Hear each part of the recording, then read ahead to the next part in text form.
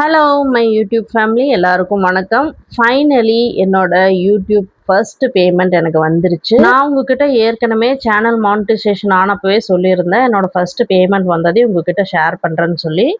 அதைத்தான் இன்னைக்கு இந்த வீடியோவில் பார்க்க போகிறோம். எஸ், இந்த vlog என்னோட யூடியூப் ஜேர்னியை பற்றி. வாங்க அப்படியே சமைச்சிட்டே பார்க்கலாம். யூடியூப்லேருந்து என்னோட ஃபர்ஸ்ட் சேலரி எவ்வளோ வந்துச்சுன்னா, அதை இப்போ நான் சொல்ல மாட்டேன். இப்போவே சொல்லிட்டேன்னா நீங்கள் வீடியோ ஃபுல்லாக பார்க்க மாட்டீங்க. ஸோ ஸ்கிப் பண்ணாமல் ஃபுல் வீடியோ பாருங்கள். என்னோட சேலரி எவ்வளோன்னு நான் உங்கள் கூட ஷேர் பண்ணியிருக்கேன். இந்த யூடியூப் சேனல் நான் செப்டம்பர் எண்ட் அப்படி ஸ்டார்ட் பண்ணியிருந்தேன். ஒரு டல்லான டேல சும்மா உட்காந்துக்கிட்டு இருந்தேன். அப்போ எனக்கு யோசனை வந்துச்சு. ஒரு ரீல்ஸ் பார்த்தப்போ ஒருத்தவங்க சொன்னாங்க, இந்த மாதிரி ஒரு விஷயத்த நீங்கள் பர்ஃபெக்டாக பண்ணணும்னு எதிர்பார்த்துட்டே இருந்தீங்கன்னா அது போஸ்ட்பான் ஆகிட்டே தான் இருக்கும். ஜஸ்ட்டு ஸ்டார்ட் பண்ணுங்க, அப்புறம் அது அதுவாக பர்ஃபெக்ட் ஆகிடும் அப்படிங்கிற மாதிரி ஒரு ரீல்ஸ் பார்த்தேன். அதை பார்த்ததும் எனக்கும் கொஞ்சம் மோட்டிவேட்டிங்காக இருந்தது. ஏன்னா ரொம்ப நாளாக நான் யூடியூப் சேனல் ஆரம்பிக்கணும்னு நினச்சேன். நான் எப்படி ஆரம்பிக்கிறது, என்ன போடுறது, எந்த ஐடியாவும் இல்லை. அதுக்கு தேவையான திங்ஸ் கூட எல்லாம் வாங்கி வச்சுருந்தேன். மைக்கு, ட்ரைபாடு எல்லாமே இருந்தது. பட் 2 வருஷமாக அது வீட்லேயே அப்படியே தான் இருந்தது. சரி, ஒன் ஃபைன் டே இந்த ரீல்ஸ் பார்த்ததையும் எனக்கே நானே மோட்டிவேட் ஆகிட்டு, சரி நம்ம ஒய் நாட் நம்ம இப்போ ஆரம்பிச்சிடலாம் அப்படின்னு சொல்லி ஜஸ்ட்டு சும்மா உட்காந்துக்கிட்டு இருந்தால் நான் பாட்டுக்கு எந்திரிச்சு டைப்பாட் எடுத்து ஃபோனை மாட்டி நான் வீடியோ எடுக்க ஆரம்பிச்சிட்டேன். அப்போ பார்த்தீங்கன்னா என்கிட்ட ஒரு பழைய ஃபோன் தான் இருந்தது. அதில் வீடியோ கிளியராகவே இல்லை. ஸோ என் ஹஸ்பண்ட்கிட்ட நான் சொன்னேன், இந்த மாதிரி வீடியோவே நல்லாவே இல்லை, எனக்கு ஒரு ஃபோன் வாங்கி கொடுங்கன்னு சொன்னதையும் ஒரு 20,000 அப்படி நான் ஒரு ஃபோன் வாங்கினேன்.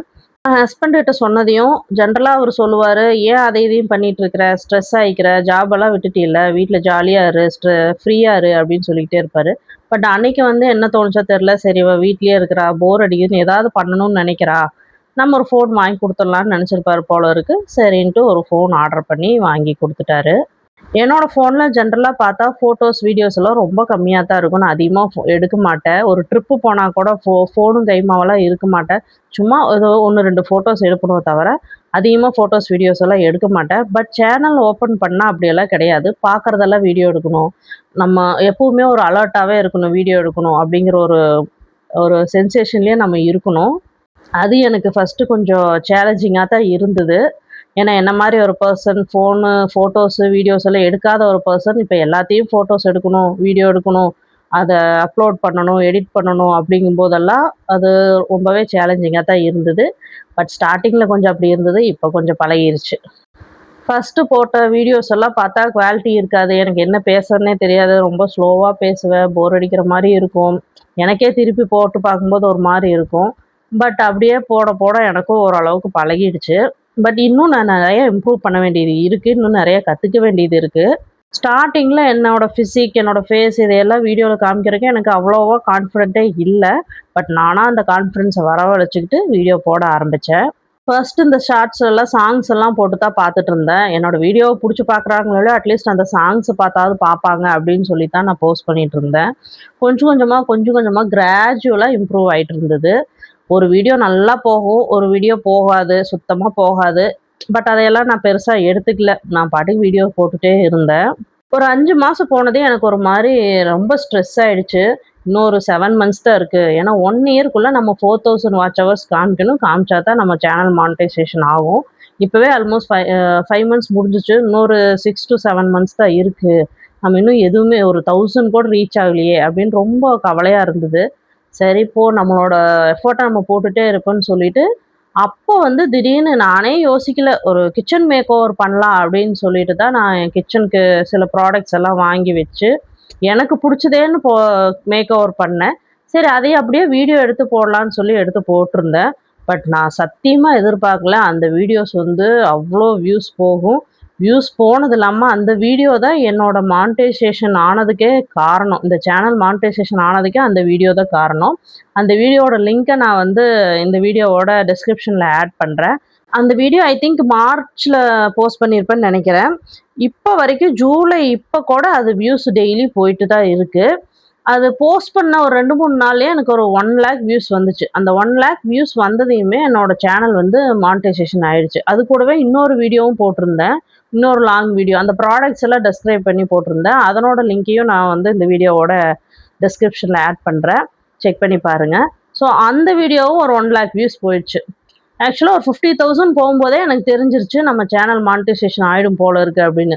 5 மந்த்ஸ் கம்ப்ளீட் ஆகும்போது ஒரு 1000 வாட்ச் ஹவர்ஸ் கூட ரீச் ஆகல.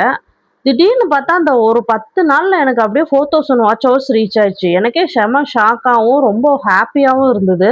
நான் ஃபோக்கஸ் பண்ணது என்னமோ ஷார்ட்ஸ் தான் ஃபோக்கஸ் பண்ணி போட்டுட்டு இருந்தேன். ஏன்னா லாங் வீடியோலாம் நம்ம வீடியோலாம் யாரு பார்க்க போறாங்க? ஷார்ட்ஸ்னா கூட நெறைய பேர் பார்க்கறக்கு வாய்ப்பு இருக்கு அப்படின்னு சொல்லிட்டு கான்சன்ட்ரேட் பண்ணிட்டு இருந்தேன். பட் எனக்கு லாங் வீடியோல தான் எனக்கு மானிட்டைசேஷனே ஆச்சு. புது யூடியூபர்ஸ் யாராவது இத பார்த்தீங்கன்னா, தயவு செஞ்சு ஷார்ட்ஸ மட்டுமே கான்சன்ட்ரேட் பண்ணிட்டு இருக்காதீங்க. ஏன்னா 3 மாசத்துல 10 மில்லியன் வியூஸ்ங்கிறது ரொம்ப கஷ்டம் ஷார்ட்ஸ்ல. ஒருவேள உங்க கன்டென்ட் அவ்வளோ சூப்பரா இருந்ததுன்னா பிரச்சனை இல்ல. பட் ஓரளவுக்கு நம்ம புதுசா இருக்கும்போது, நம்மளே கத்துக்கிட்டு இருக்கும்போது, லாங் வீடியோவும் போடுங்க. லாங் வீடியோ பக்கம் வந்தா தான் நம்மளுக்கும் வாட்ச் ஹவர்ஸ் கொஞ்சம் ஈஸியா ரீச் பண்ண முடியும். ஏன்னா நான் 5 மாசத்துல பண்ண முடியாது. ஜஸ்ட் அந்த ஒரு 10 டூ 15 டேஸ்ல அந்த வாட்ச் ஹவர்ஸ நான் ரீச் பண்ணிட்டேன். அதுக்கப்புறம் தான் பெரிய ட்விஸ்ட்டே இருக்குது. ஏன்னா, மானிட்டைசேஷன் என்னமோ சேனல் ஆயிடுச்சு. ஆனா, அதுக்கப்புறம் டாலர் ஆட் ஆகுறது ரொம்ப லேட்டா தான் ஆட் ஆச்சு. ஏன்னா $100 மினிமம் ஆட் ஆனா தான் நம்மளுக்கு சேலரி வரும்.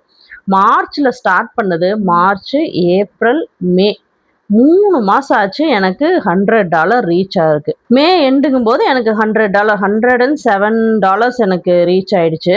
5 மாசத்துல சேனல மானிட்டைசேஷன் பண்ண தெரிஞ்ச எனக்கு அந்த சேலரி எடுக்கிறதுக்கு 3 மாசம் தேவைப்பட்டுச்சு. ஸோ யூடியூப் ஜர்னிங்கிறது அவ்வளோ ஈஸி எல்லாம் ஒண்ணும் இல்ல. ரொம்ப ரொம்ப கஷ்டப்படணும். ஹார்ட் ஒர்க் நெறைய போடணும். பட் அதுக்குண்டான பலன் நம்மளுக்கு கண்டிப்பா கிடைக்கும்.